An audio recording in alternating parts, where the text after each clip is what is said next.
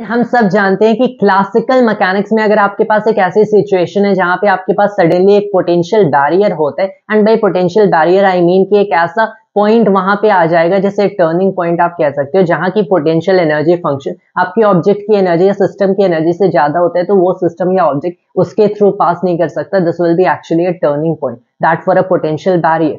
लेकिन quantum mechanics में यहाँ पे सिचुएशन डिफरेंट है। मान लीजिए आपके पास एक इलेक्ट्रॉन है एंड यहाँ पे एक पोटेंशियल बैरियर है।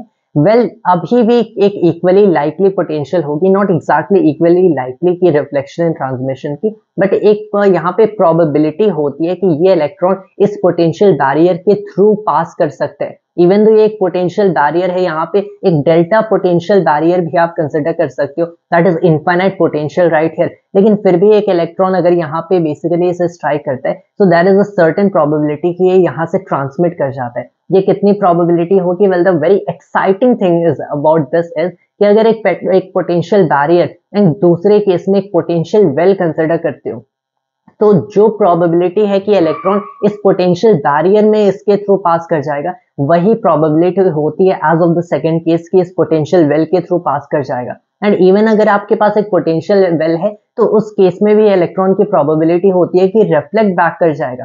So there are probabilities to reflection of the electron, जो कि एज वेव पैकेट यहाँ पे हम रिप्रेजेंट करते हैं। And there is also probability of the transmission of the electrons right है। तो यहाँ पे basically that is transmission and reflection, and on the basis of probabilities ही अगर आप यहाँ पे देखो, so the things are happening. अगर हम लोग अपने मैक्रोस्कोपिक ऑब्जेक्ट्स की बात करें, तब जो वो बैरियर के अक्रॉस आते हैं, तब यहाँ पे वो लोग बेसिकली ट्रांसमिट नहीं करते हैं, बल्कि रिफ्लेक्ट बैक कर जाते हैं, like a ball bouncing of a wall.